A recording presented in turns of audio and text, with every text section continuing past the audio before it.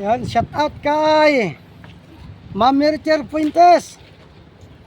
Ma'am, maraming salamat po dun sa binigay mong bangka sa akin at sa lahat-lahat na naitulong mo. Yan kasi Ma'am Mericher Fuentes ang nagbigay sa akin ng bangka. At kung hindi niya ako nabigyan ng bangka wala na akong gagamitin na bangka ngayon. Sana marami ka pa pong matulungan. Kaya ang lahat ng ito ay nagmula sa iyo. Maraming salamat po.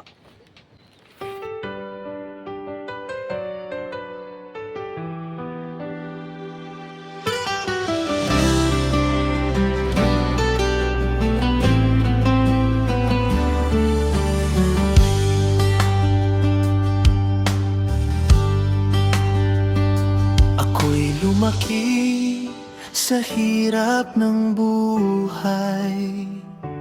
Paaralan ay hindi ko natamasa. Sa dagat ako naghanap ng pag-asa.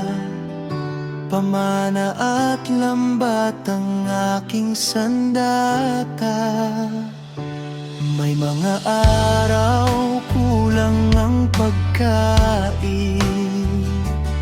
Hangin at alon ng aking kapiling.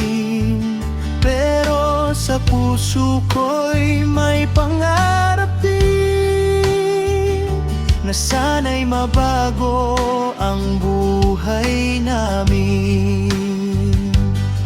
Kaya nag-vlog ako, kwento ng dagat, pamana ng isda ang aking pangarap.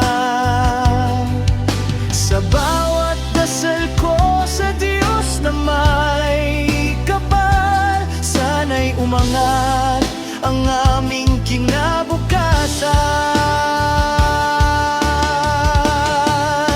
Biglang dumating ang himala sa akin, isang anghel na hindi ko inaasahan. Si Ma'am Mericher Fuentes ang pangalan, bangka ng pag-asa ang kanyang inabot.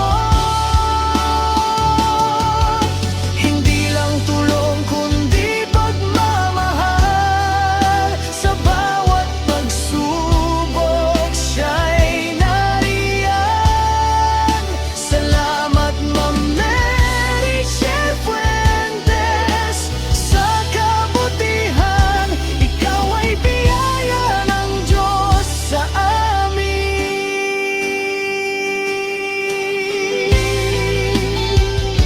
Noong masira ang aking bangka,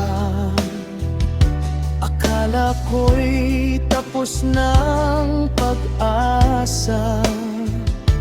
Hanap buhay ko'y tila nawala, pati pang vlog ko'y parang naglaho na. Ngunit may isang nanood pala,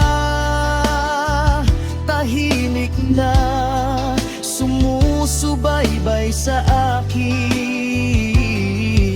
hanggang dumating ang araw na iyon na himala